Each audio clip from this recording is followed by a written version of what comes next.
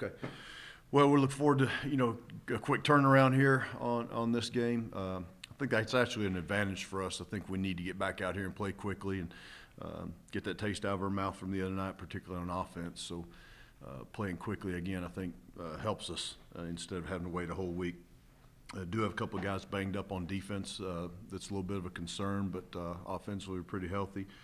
And I think the big takeaway from last week is, we just got to play a lot more physical offensively than what we did. We really played timid, played too conservative, and just didn't play like ourselves and didn't have the identity that we want as a football team. So that's been the challenge to our guys, is to play a lot more physical and just get after it a lot more than what we did the other night. Playing a really tough Minnesota football team, Big Ten. Obviously, they've got talent. It's a great environment to play in up there. Been up there before. It's a beautiful stadium. So I'm sure it'll be an electric night, being on Big Ten Network and a Thursday night game. So this is what you come to play college football for.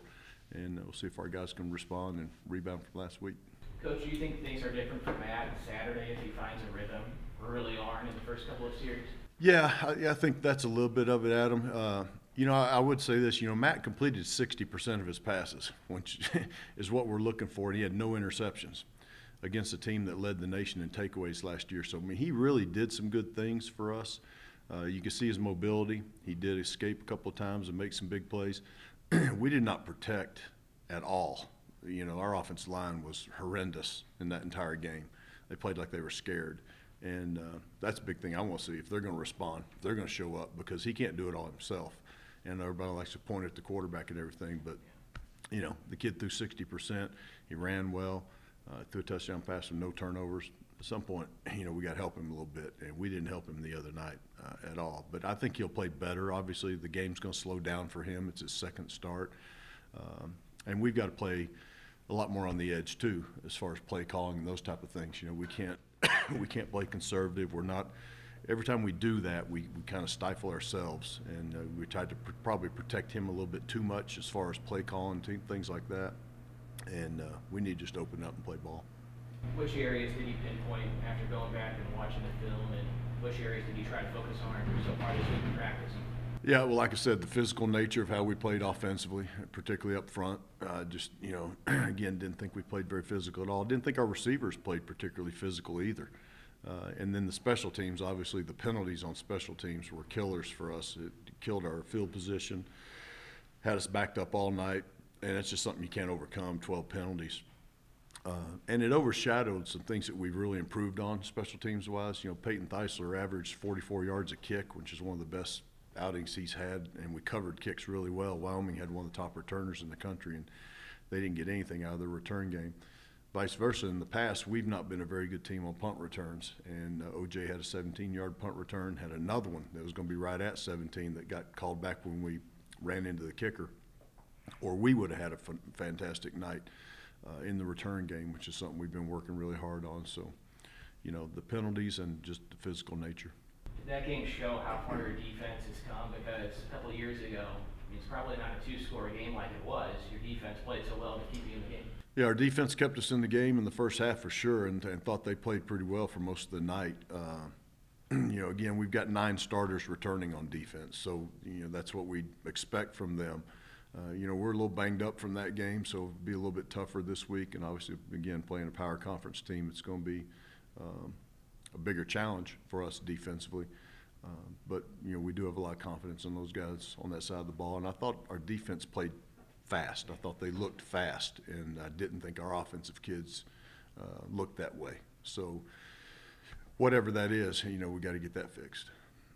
The 2 explosion plays that happened for Wyoming, the 2 long runs for touchdowns, just a matter of the defense being worn down a little bit? Probably a little bit of that, a little bit just missed tackles, at that time, and Wyoming's got a good back, but those didn't happen until late, and I think the biggest thing was we were just on the field too much compared to our offense. It really wasn't the amount of plays. Wyoming ran 78 plays, which that's an average game, but the possession and us not possessing the ball, we only ran 50 plays on offense, and that's ridiculous. So I think that was the big tale.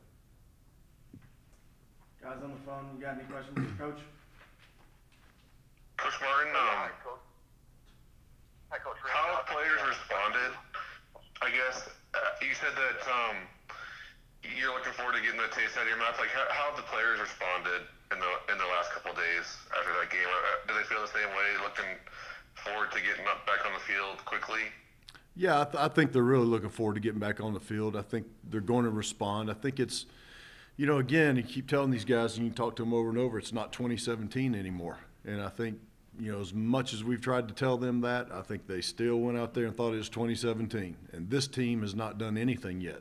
And they haven't expressed an identity yet. I don't know what the 2018 team is. I know what I want them to be. I want them to play with that chip on their shoulder and that edge that we had last year, but I haven't seen that from this team so far. I've heard them talk a lot about it, but I haven't seen them go out in a game and do it, and they missed their first opportunity. So I've seen them accept that in practice this week. I think they understand that. I think this was an eye-opener for them. And, and again, it's not about winning or losing the game. That'll take care of itself. It's about how we're going to play and what our identity is out there and what we look like playing. And the loss is the loss last Saturday. I didn't like what we looked like playing the game, and I don't think they did either. And so that's the big challenge for us this week. You talked about a little bit about protecting Matt, but you were maybe a little conservative with the offense. Is one thing you can do, because he is good throwing the ball on the run, could you move him around a little bit? Would that be good for him? Is that something that you could do, or? Yeah, you can certainly do things like that. with Matt, I mean, all those things are on the table. But again, even that, your offensive line's got to protect. I mean, we just got manhandled up front. I mean, we got completely manhandled and embarrassed up front. So, I mean, it doesn't matter what you're doing if you don't compete up there, and that's the biggest thing. How is Minnesota up front, and defensively, what are they like, Coach? Yeah, Minnesota's a very well-coached football team. They don't give up many big plays because they're really disciplined, much like Wyoming was. They're a 4-3 team, a lot more zone coverage than we saw from Wyoming. But, I mean, it's a typical Big Ten Power Conference team, and there's talent all over the field, and they've got excellent people in the secondary. They're big and strong up front, so this is going to be another challenge. Is it another thing where what do you notice with Coach Fleck? Do you expect him to throw the ball maybe more than Wyoming did?